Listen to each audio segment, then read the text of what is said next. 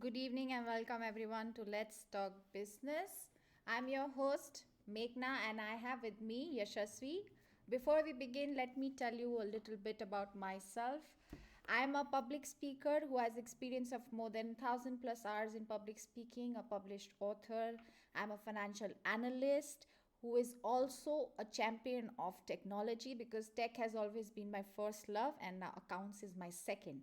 So I professionally help small businesses and SMEs to integrate technology in their financial processes. And I have worked with MNCs, SMEs, and freelance projects. So I have a bird's eye view of how things work at various organization levels. And with me, I have Yashasvi Reddy. And now I would hand over the mic to her for her brief introduction to all of you. Over to you, Yashasvi. Good evening, everybody. Namaskaram, and thank you, Meghna. I'm so honored to be a part of this. Hi, I'm Yashasvi. I have been in the corporate space for about 10 years, working in different countries, the UK, India, and the US, handling different projects and different teams. And I have handled about 15 integrations in the past 7 years in various capacities, including running the entire integration myself.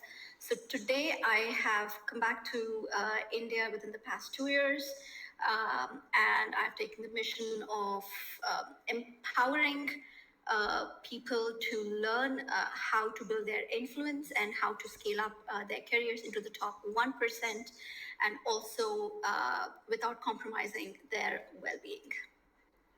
Thank you so much, Yasha. I'm very excited to host this series with you because I'm personally looking forward to learn a lot from you during this conversational series of ours. And without any further delay, let's get on with today's topic, which is going to be around credit taking at work. So last week, I had actually floated a poll on my LinkedIn page, which had very interesting results, which I want to share with you and then put my first question to you. So I asked people, what do you think people usually take credit for at work? And there was 62% of the responders who, selected recognition and career growth. So it appears that there's around 40% of population that still feels that credit should not be taken at work. And there's this negative connotation which they have around credit taking, possibly because the phrase itself is a little negative in listening to the taking credit, hogging credit, if I put it that way. So my first question to you would be very basic one, and I would like you to throw some light on why it's important actually to take credit at work. Right. Yeah. Uh, so why not be my counter question, right? It's not the see, when you're in the workplace and you're doing the work, the first question you should ask is, how am I going to go forward with it? Do the, let's take a small example. Like, let's go back to our school days. When you get your report cards, when you get a stamp from your teacher, how excited did you feel, and how excited do you feel to brag about it, to show off about it, and just to celebrate? So why is it that over the years that we have come to a position where we have started guilting ourselves into taking credit? And this is a question for the audience as well, right? Like, how many of you have overworked and overburnt yourself over the past several months, several years, and not been able to properly quantify it or qualify it in a way that has been beneficial to you?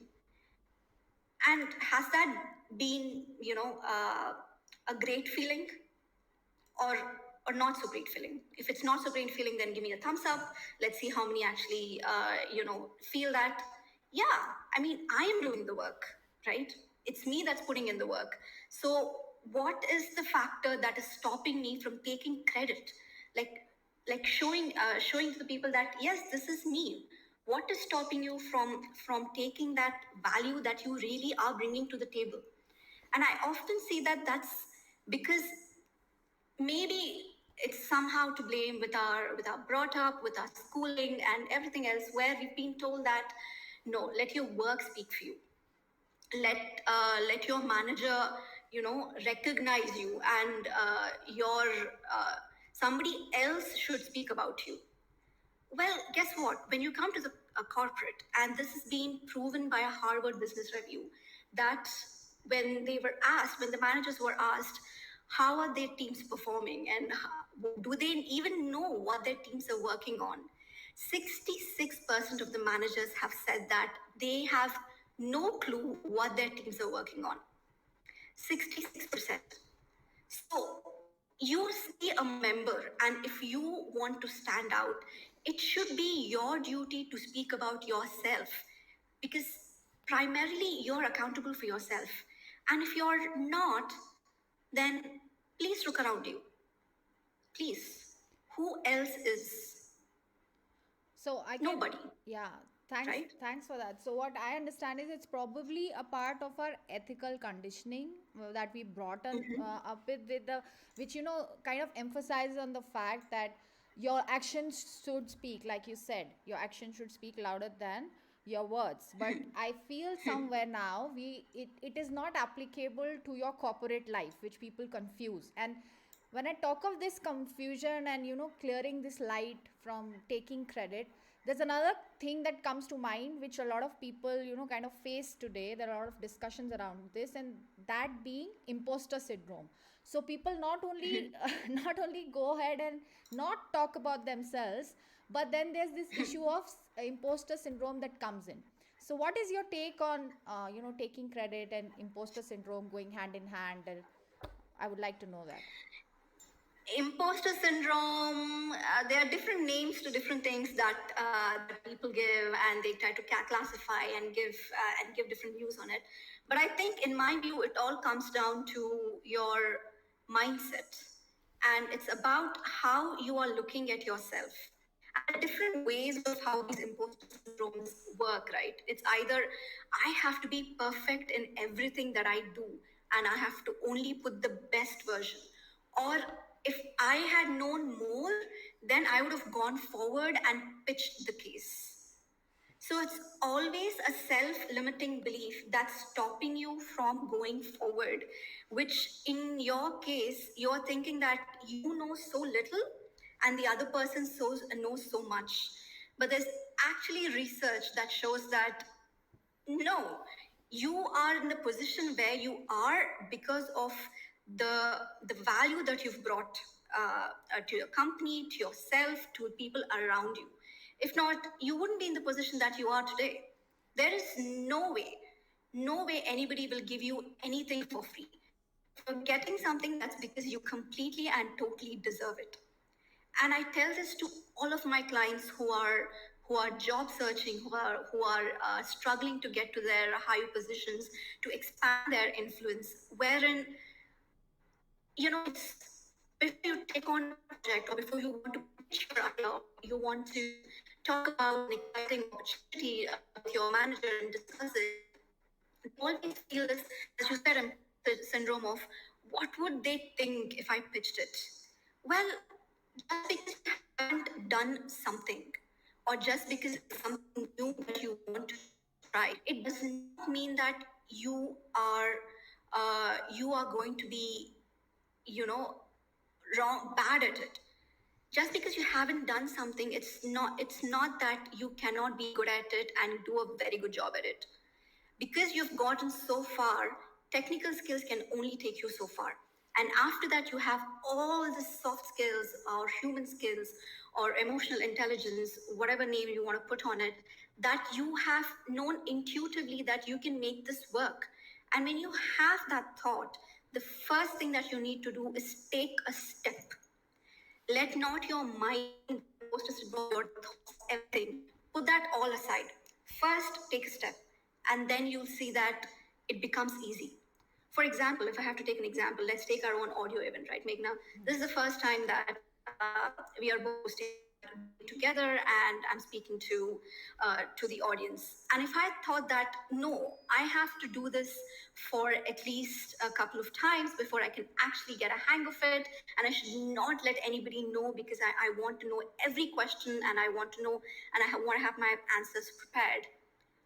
would I ever be able to take the first step? And if I did, would it be so natural? No, perhaps No, no. it wouldn't, right? So that's the entire thing. The first thing is to take a first step. And of course, your 100th episode is going to be 100 times better than the first episode. But you're taking the first step, then you cannot get to the step 100. And I think that's the point that I want to take, that I want to have everybody take away. Just do it. As Nike says, just do it. Yeah, that's a great takeaway to take. So what I understand is that mindset plays a very crucial role when we talk about certain subjects, and definitely that is going to be one of our topics of discussion in near future. I'm sure of that, because without mindset, I don't think we can really navigate all these issues with that much clarity. But now let's look at it this way. So it is it possible that this imposter syndrome also comes in because people feel the need to be perfect at all things at all the time? So once I'm good at something, I can ask for credit for that, but what stops me is that okay, today I'm good at this, but I might not be good at the other things they ask me to do. And can we say that is possibly the underlying insecurity which people feel when we talk about imposter syndrome? Mm, to begin with, maybe, but even I doubt how many people can actually say I am good at it. And that's what I've seen is the greatest roadblock. Like people are afraid to say that I am good at it. I own this process. I own this methodology, or I own this part of uh, uh, part of my job, and I'm good at my job. And even before they're able to recognize that, if I ask them to go pitch something else, they are not. They don't even want to acknowledge that they're good at what they're doing their job. They own their space. I think it starts from that point. Your imposter syndrome, or your reliance on somebody else wanting to uplift you, or somebody else wanting to recognize you and put you on the pedestal, is starting from your job. You're the I think they have a problem of accepting their own space in most cases. And once they, it happens in layers, once they're able to accept their own space that, yes, this is what I bring to the table, these are my skill sets, and this is what I do technically, non-technically, marketing, sales, or in whichever capacity they are. Once able to acknowledge and hold their space, from there it's all baby steps as to how they want to get and how they want to expand their influence. Hopefully I answered your question, but that's Yeah, where I see the yeah, most definitely problem. you did. I am not sure if you broke for the audience or just for me. So, just for the benefit of the audience, I'll repeat the last bit. What I understood was that it starts from owning your space. You need to claim that space, what you're doing, what you're good at. You need to understand that and move ahead from there, and, kind of go and ask out that, look, I am good at this. So you actually need to kind of self advocate yourself about what you're doing, but before you do that, you definitely need to understand that. So this brings me to the point where I see that taking credit is important now, because it probably acts as a metric for us. So all of us are in a business space or a corporate world, and we understand that to, for valuing everything, we have a different kind of metric. So there are certain target metrics you have, or certain analytical metrics you have. So what everyone needs to understand is that credit is also a metric of your performance. What would you like to share on this, Yasha?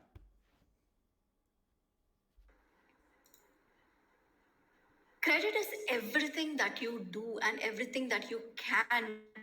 So definitely, it's a measure of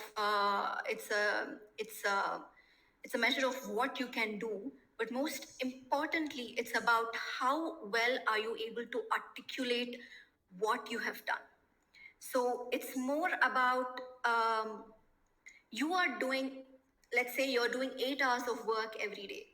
Can you quantitatively at the end of the week tell me how you're able to give value and how you've provided value to the company in those 40 hours in the week that is benefiting your stakeholders, your your manager, your team members, your project leaders, your senior management? Are you quantitatively and qualitatively able to say that? And if you can, then you are on a roll. I see the most problem is, but Yasha, it's not possible for me to, how can I quantify having being in a meeting? Well, I'm here to tell you that if you give me the data, if you would have a chat, I can definitely make you figure out how to quantitatively and qualitatively give get the value from your work. Because if there is data, I promise you that you are adding value. It's almost a sin that we are not able to do this on a day-to-day job, and some people are better at it than the others, and these people are the ones that are going forward. So for all people struggling to quantifiably say and are struggling to articulate your value of what you're providing to your teams, please reach out to me. And I say this with a lot of emotion because I have wasted so many years doing this myself and not being able to put it across in terms of how much value I've added, to the extent that my mentors and my coaches wanted to help me. So I'm doing the same for the for my clients as well. But I'm doing this actually. You know what, Meghna? Is I'm sorry. Uh, let's do this. So today, for people who reach out to me, I have this entire spreadsheet, right, where I've been doing this to my clients, and I've given them a framework of how they can show the value that they've added to their projects and how important it is and how they can think about the work that they've added, and give them questions and frameworks so that they can write down for each week what did they add to the project, how much value did it bring into the company, and whatever questions are needed for them to do this. So for people who are there until the end, and for people who are going to post about this, I'm going to give away this exclusive. How about that? That's amazing. That's That'll. amazing. I'm going to be the first one claiming that gift, Yasha. That is a nice surprise element that you've just added. And you've taken me back to my IT days actually. So, in IT projects, usually they have this timesheet concept wherein every day I have to clock in what I did.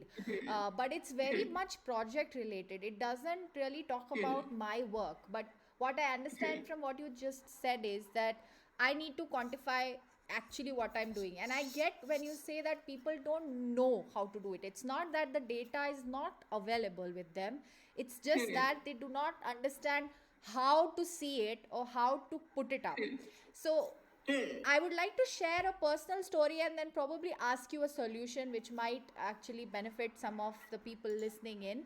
So, when I was starting in IT, there was a time where in my team I realized that whatever requirements my client was kind of asking of us, I was the only one who could comprehend them. So initially the first few times, obviously because I was a fresher then, I did not interrupt when my team leader or my project manager asked us to do a thing a certain way, because I felt obviously they have a better understanding on the subject. However, once those things were not approved by the client and the client asked for the very same things I understood, uh, I felt that okay, my comprehension skill regarding this project is better. However, I was not in a position to put myself and tell my team leader the way it should be told, or my project manager that we need to do this in a certain manner. It sometimes comes as like you're being more ambitious or probably you are arrogant, and as a fresher you don't understand this part that you can possibly deal with somebody so senior in a manner that doesn't hurt them but actually also gets the work done. So this is a situation which is not, I would not say it's exclusive to freshers. It's a situation which mid senior level managers, senior level managers, executives, all of them kind of face. There's always somebody who is in a more sensitive position than you are, whether it's seniority or it's financially, if it's a client and a long relationship. So, how do we handle such a scenario where you are right, but it's not easy to take the credit for it? Yeah, very good example. And I think you're right in saying that most people just beginning in their career, or even a few years into their career, have all faced situation at one point or the other where uh, you know you're right just because you come with that expertise or with that nature of understanding and getting the requirements right. But there are managers or other people who don't get it. So first of all, it's okay. This is this is to say to yourself that it's okay. It's not that everybody has to understand you or everybody has to say you're right. You know you're right, and that's okay. And other people have their own learning times, learning periods. So acknowledge that you were right, and that's a great thing, right? You got the requirements right even better than your manager, and give a pat on your back and say, "Great, Meghna, you did a great job," and you're going to go places because you've understood the client requirement better than everybody. That's step one. Step two is understanding the mindset of why you were given the answer that you were. You were going in and out. Probably it's my internet connection or your internet connection. But what I understood was you've given that requirement exactly what the client wanted to their manager, but that person, whoever he or she is, didn't acknowledge it or didn't want it to because they were already on a path of a solution that wasn't in line with the stakeholders. Yeah, that's correct. The first thing is maybe that person is coming from a micromanagement point of view, or maybe that person is coming from a point of view saying that I know the bigger picture and I have a solution in mind and I want to go that path, and maybe connect stakeholder otherwise as well. And this also happens on projects, by the way. Uh, so if the other person is not understanding, you can only go so far. You have maybe 2 or 3 solutions at that point, wherein you can start documenting what you've said to your manager. And if you still think and you still push on for it, you can copy your stakeholder or your senior management saying that I think this is the thing that we need to do. That is still in terms of, are you on a good terms with your manager, or where the project is, how the project is going has been escalated. Let's go to the next scenario where the project has been escalated. I think that was also one of the points that you said, Yeah, where the stakeholders didn't like it and they came back and the project was, your team manager was put on the spot. When it goes to that stage, just sit back, because at that point going to somebody and saying I told you so is not only not going to work, but is actually going to fire back. So in those situations, just sit back, put your head down, do what is needed, and see how to transition backwards. And this is where the documentation that you did in step 1 will come into use, because when your job is done, there will definitely be a review process. If the company is doing all steps right, there will definitely be a review process wherein you can bring this documentation to the table of senior management and say that I have said this earlier. If we had gone this route, then probably the project would have gone a lot better. And these processes, techniques, frameworks on how to do it right. But your opportunity to say I told you so is after the project has gone live, not during the project when everybody is at where everything's at a boiling point. Now, the third thing that you can do in these situations is sit back, relax, know that you were right all along, and know that you've gotten the requirements right, you have the capacity, you have the technical skills to get the job done, and you've gotten the job done. And look for other opportunities. Maybe somebody within your department is, at the frequency that you enjoy, or maybe there's another job out there which you're better at doing. So these are all the options that are there. But even before you look for other opportunities, what I would first recommend and suggest that you do is build relationships only with your manager, but also with the people surrounding that project, surrounding your job, because that's going to help you scale in the future always. Uh, That's thank you so much. I mean, if someone like you would have been there to guide me, I probably would have had a better appraisal in that project. I would like to ask our audience, until now, whatever conversation you've heard us have you ever faced such a situation where credit taking was an issue or you didn't understand? If you've been through that, please give us a heart so we know that what we are talking is actually relevant to you. And in the meantime, Yasha, let me put this. Now, this thought comes to my mind because I've seen the Indian corporate and I've seen the world outside, and it's the same for you. Uh, I feel that this notion around taking credit, managers taking credit, there is this culture of recognition that is kind of missing in the Indian corporate structure. I haven't seen it outside. People are not afraid to give credit to someone in their team, outside their team, who is probably helped them out.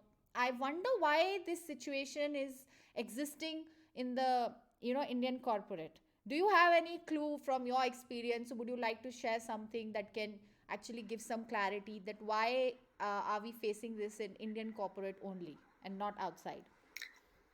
Uh, slightly, I would slightly disagree with that because it's there worldwide. Maybe in this, not in the same capacity as it's in India, but I've seen this happen in other countries as well. But much more subtly and fewer numbers per se. Mostly where it happens is again going back to the culture that we've brought up in. I've seen this in China as well, where I've had a small stint working on a project. But I think it generally happens in situations or in cultures where there's patriarchy visible, and it's always the notion of uh, your higher ups know more than you, and you should be a good listener and a good doer rather than a good action taker. And I think that's visible more in the patriarchy system, much less in the West, where there is a more individualistic sort of culture. Having said that, why is it more? Why do managers shy away from giving credit? I think is a very relevant question we need to talk about. And I have so in my stint with working in India for the 3 4 years that I've managed teams over here, I have always had this discussion with my direct reports as to how their teams are doing. And I think in general, what I found is they want to come across as somebody guiding the herd along. And when you have that mentality one way or the other, that I am guiding this herd along, you are a task doer, isn't it? A shepherd guides a herd along. And when you are telling me that your team is the herd and you are not able to you're not able to qualify who are the action takers, who are the doers, who are the ideation gurus of your team, then what you're telling me is you're not giving them enough value to rise up. And that's a big red flag for me as a senior manager.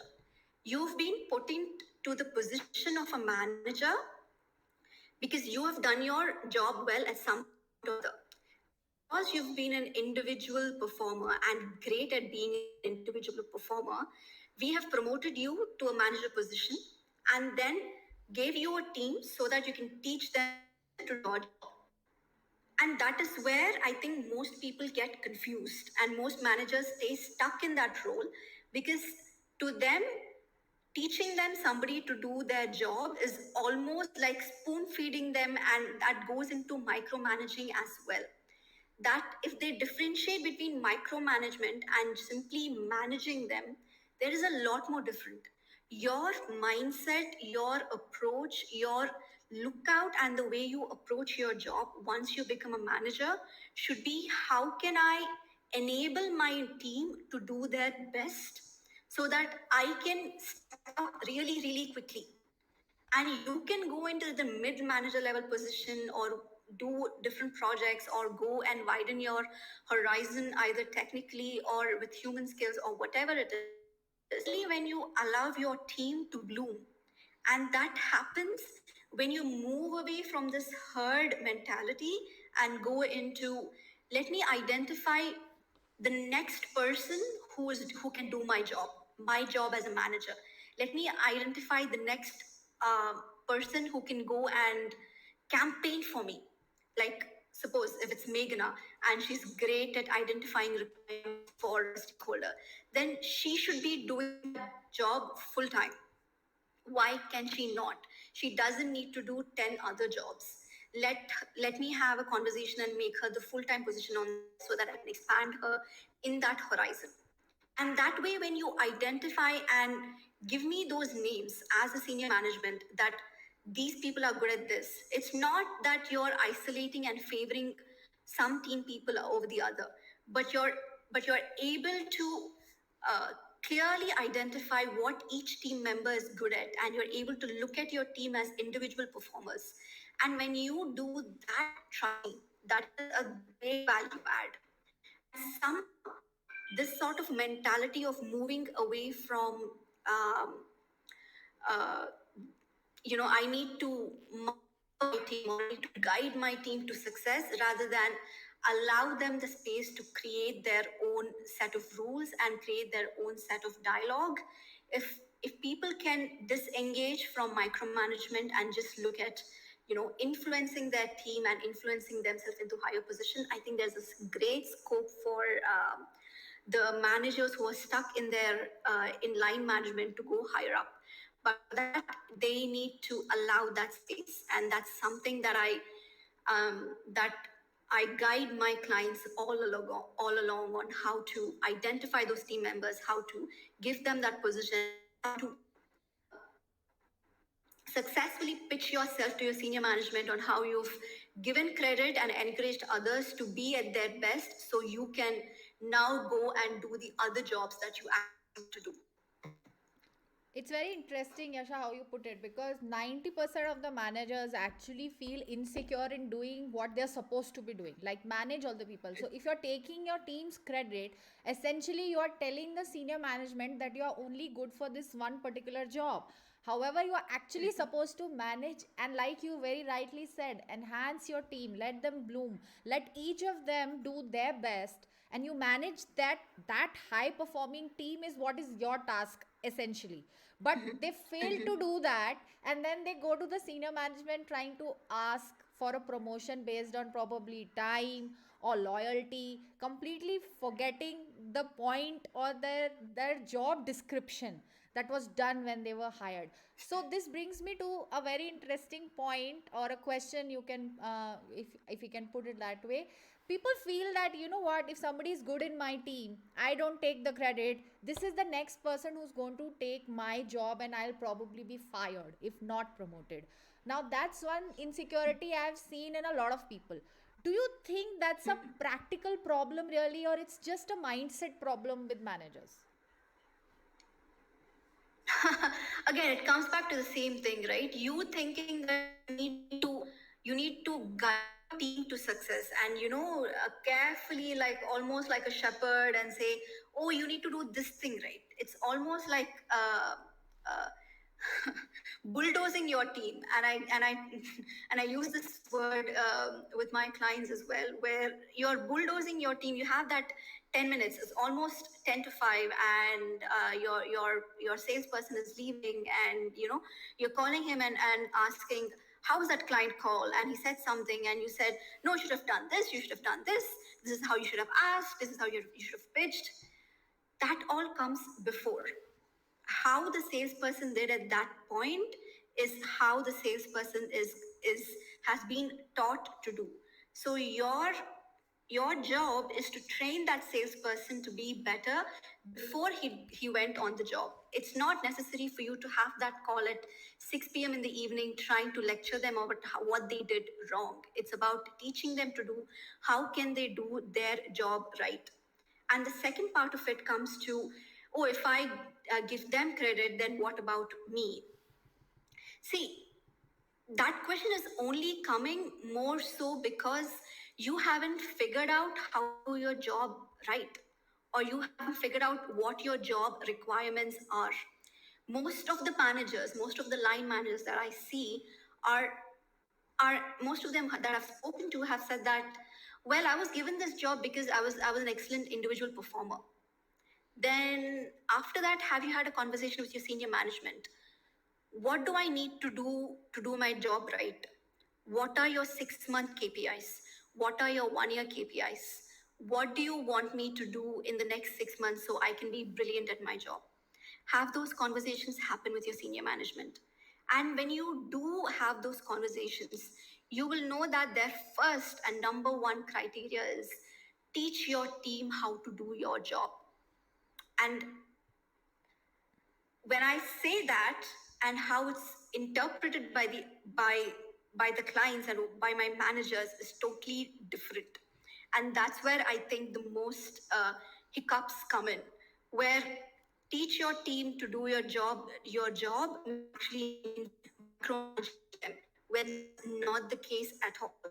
It's about teach them the basics, know that they're going to do the job, they're going to fail their job, and that's okay. You are being put in that position so you can guide your team through those failures. So the next time that happens, they are not going to be able to do that. And when they do fail, give them a pat on the back that they have encouraged them. Give them support. And when you do all of this, and when you show, and when senior management sees that you are able to go through those failures and come back and make that project a success, that shows resistance, resilience. And again, these are things that you can use to pitch for yourself. And when you say that, oh, what about, but if I let my team members get the credit and they do their job right, what is my job? Your job is to see that they're doing the job well. Your job is to see giving the credit to the right people. Your job is to uplift your team so that we can be a senior management, your C-level executives can see that this person can actually build teams and build successful teams at that. And when they see that, they will automatically promote you. You will automatically become irreplaceable. It's no longer about your technical skills, but it's about your team building skills, and successfully you're able to do that. That's a great key takeaway for everyone, and for everyone who's just joined in. Please give us a heart if you're going to stay till the end and you're going to claim Yasha's surprise gift.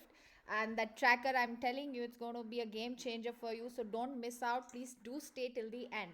And now, what really makes me curious is you know so much about all these levels, obviously, because you had your own journey.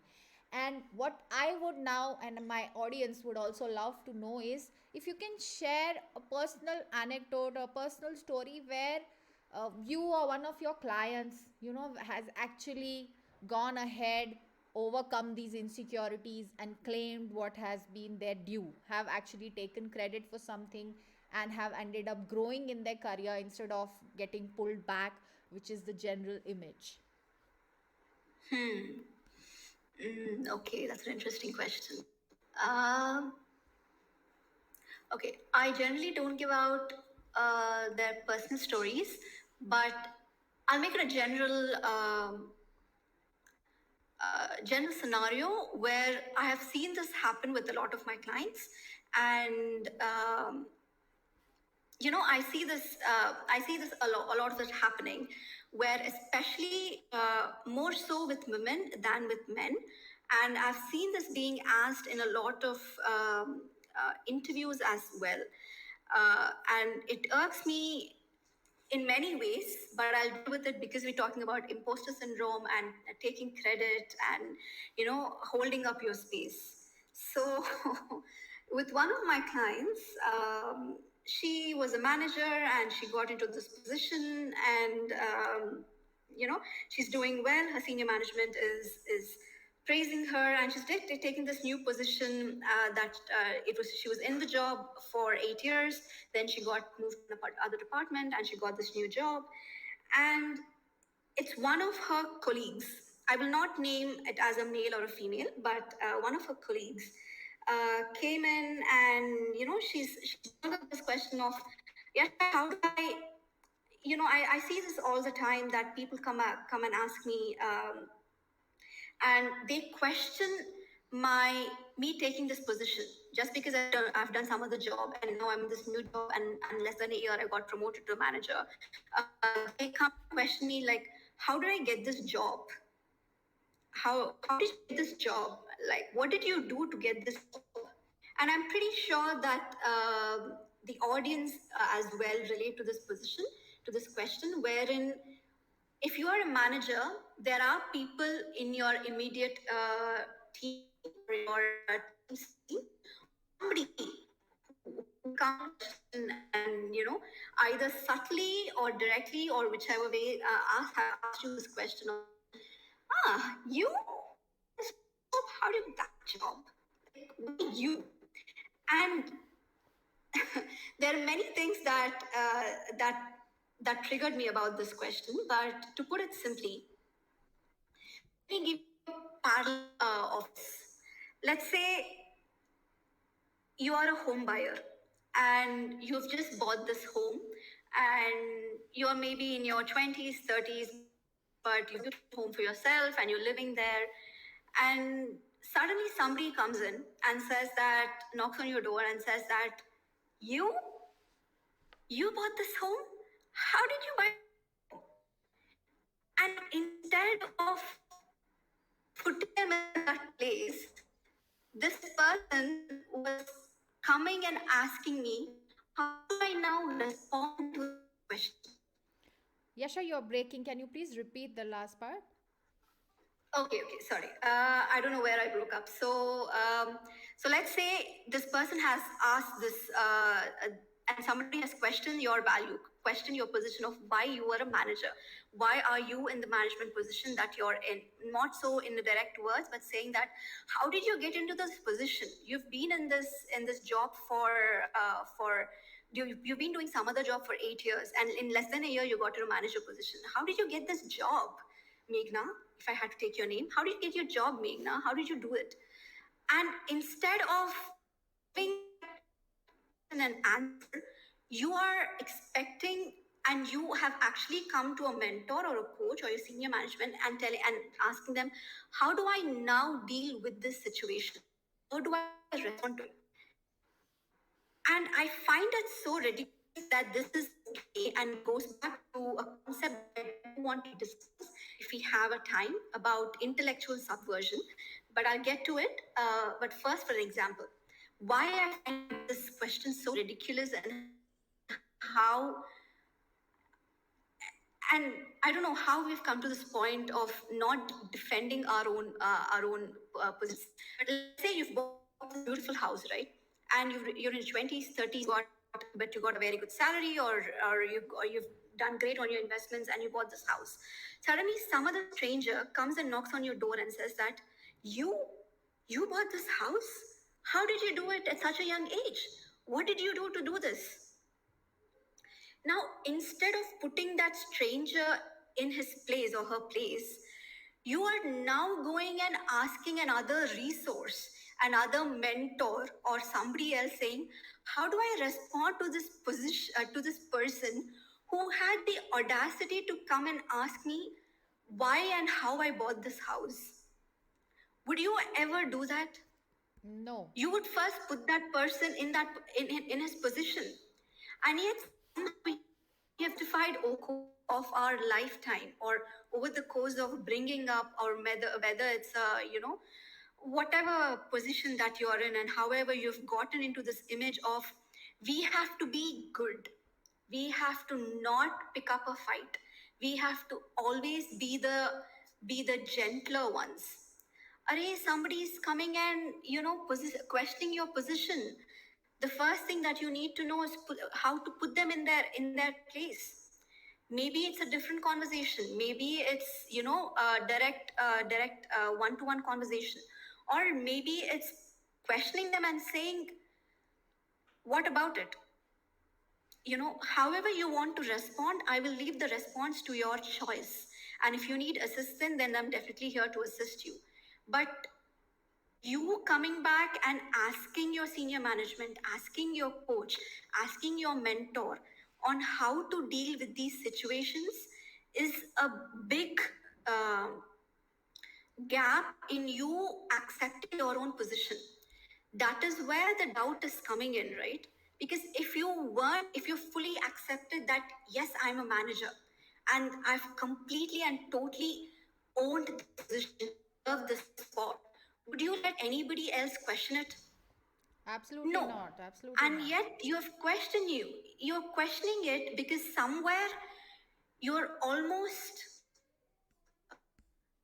there's a guilt factor to it, and that is the entire problem, right? It always goes back to the mindset problem of you not being able to accept your own position, you're not able to own your own space. And when you do that, you'll know exactly how to respond to the other. I don't have to tell you this is the kind of answer you need to give. Once I make you aware of how to respond, how you should be owning your space, that's it. You will give the answer that you need to give to that person in a way that he understands. And that is where I think coaching, mentoring, and influencing comes into picture. Absolutely. I think the other person that we are talking or discussing in this situation is actually that question has come because of this self doubt, because even that person is Yes. not not used to measuring small progress. That's why they feel that the success has happened overnight and they want to know what was the secret behind it. I mean, 90% people feel that these changes just come in one night and people get promoted to big jobs and everything. They never see the background work, the slogging every day, the keeping a track of what you did, keeping a track of your achievements, advocating for yourself. I think all of this comes in the bigger picture. It's where people do not see this bigger picture. They come from a place of lack, and then they ask certain questions, and then it comes to us, and we start doubting ourselves, which is like possibly even bigger crime, if I am to put it that way. It's a bigger crime because then you are actually doubting your own efforts. So let me bring in Definitely, it's a crime. let me bring in the But it's audience also the here. matter of, yeah, yeah. Hold Yeah, on. let me I just. just want to complete this one, Okay, and then sure. we can open the forum for the audience. So it doesn't matter who the other person is, Meghna. It can be wherever the other person is coming. Let them come. It's their mindset. We will deal with them. Then when they sit in our coaching classes, when they sit in our office, who they are is irrelevant. People, of course, think that whatever happens to them is a mountain of work, and whatever is happening to somebody else, it's luck. That is the general mindset that people come with. But it's irrelevant. Once you own your space, it doesn't matter who the person is. It doesn't matter who they are, what they're coming from, or what their question is. You should know how to handle that person. When you know that you have deserved it, and then you know that it's not a position of you know, chalo le lo bhai, I'm giving you this position, please do it. It's not a question of convenience. It's something that you've worked hard for and you deserved it. When you know it in your gut that I am worth of doing what I am doing and where I am, it automatically, the answer comes in because you own your space. That's true. And then every organization has all kinds of managers. Even in the senior level, there'll be people who have not had this attitude or mindset, and still they are sitting at a senior position for whatever credit they had during their journey. And then let's say you as a young professional are going, and now you're sitting with someone at that level, but you have this kind of mindset, and then there are conflicts because there are two people coming from a varied journey and a varied mindset. And in future conversations, I'd like to touch upon this because this is a very hot topic.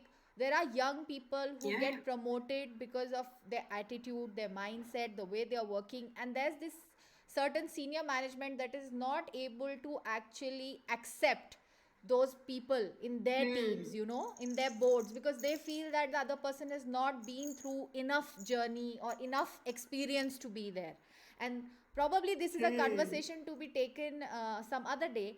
I would like to ask the audience Sure. to give their reaction if this has happened with them. Someone has come and told you at how have you achieved this overnight success. Give us some hearts and let us know if this has happened to you.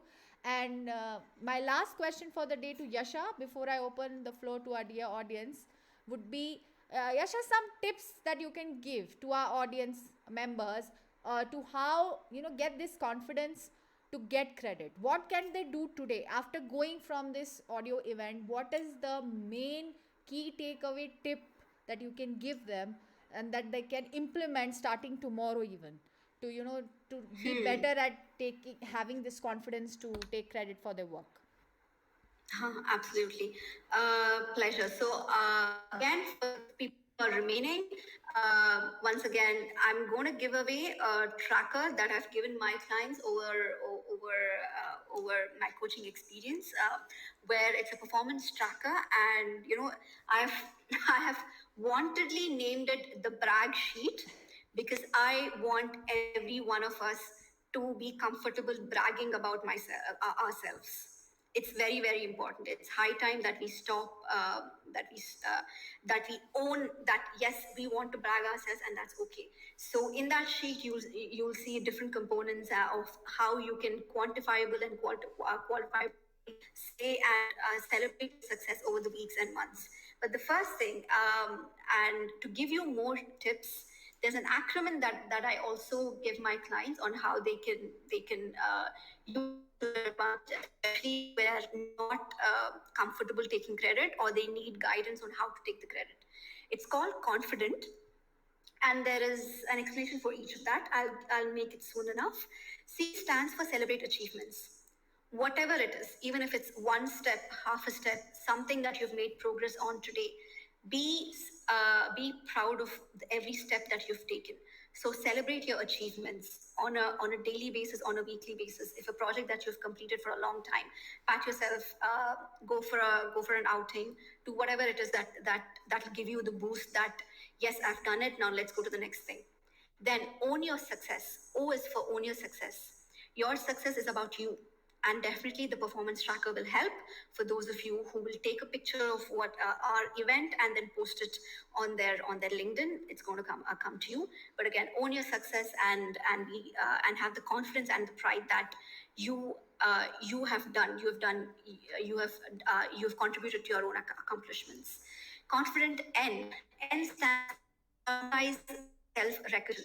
Again, this goes back to when you talk about your success, you have to be comfortable recognizing yourself, recognizing your worth. And when you do that, people around you also start recognizing you and what you did.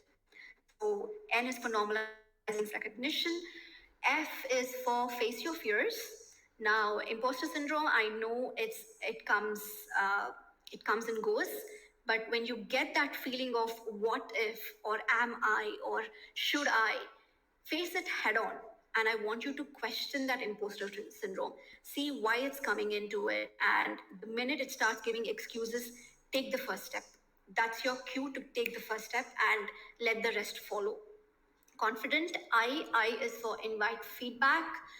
It's not about getting feedback from every Tom, Dick, and Harry. No, pick your mentors, pick your coaches, pick your people that you can put your confidence in, and then get that constructive feedback, who can look at your work objectively and say that this is what went well, and this is where you need to improve, and this is what you need to do to improve the next time.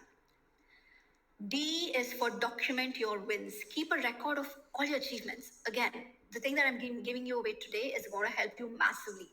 But even if not, then definitely keep a record of all your achievements. It's not only for this job, it's also for each and every interview that you're going to attend. You don't need to memorize and think about all of these wonderful things that you did. You already have an entire document. You just pick and talk about any different thing that you do. So document your wins every single time. Confident E for embrace growth. Embrace the growth. Every incident, whether it's a success or a failure, is a learning opportunity for you. So the more you go through it again and discuss it with your mentors, your coaches, or your people that you want, who are invested in your growth, embrace the growth, see for opportunities and challenges, and take them head on, and see where you can grow more and more and improve more and more. Confident N for network and support. Surround yourself with supportive network of colleagues and mentors who uplift and encourage you to take credit of your accomplishments. Networking will take you places more than any interview can. T is for talk positively to yourself. Practice that self-talk. At the end of the day, write a gratitude journal of what went well. Write affirmations, self-talk. See where you're putting down yourself and question yourself. Each of that is an imposter syndrome. Attack it head on and see why is it happening, and then see what is the counterfeit that needs to happen to get out of it. Um, so have those empowering and affirmation statements that you repeat to yourself on a daily basis. And with this confident approach, you can definitely overcome the imposter syndrome and, see how and where you're contributing yourself to your upliftment and to your success. And hopefully you can see that. Thank you, Yasha. Thank you for that nice acronym, and that's a great takeaway for everyone. I'm sure all of you listening in, please do write a post on how this audio event benefited you and tag us both to claim your productivity brag sheet from Yasha, as she calls it. And now I open the floor to any questions our lovely audience would have for Yasha or myself. Do raise your hand and I'll let you in to ask your question.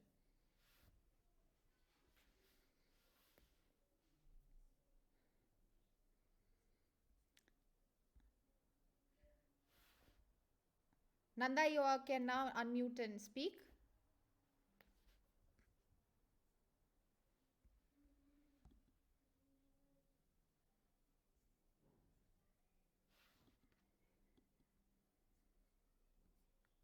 Yes, Nanda, you can unmute and ask your question, please. Thank you, Meghna. Am I audible now? Yes, you're audible. Okay.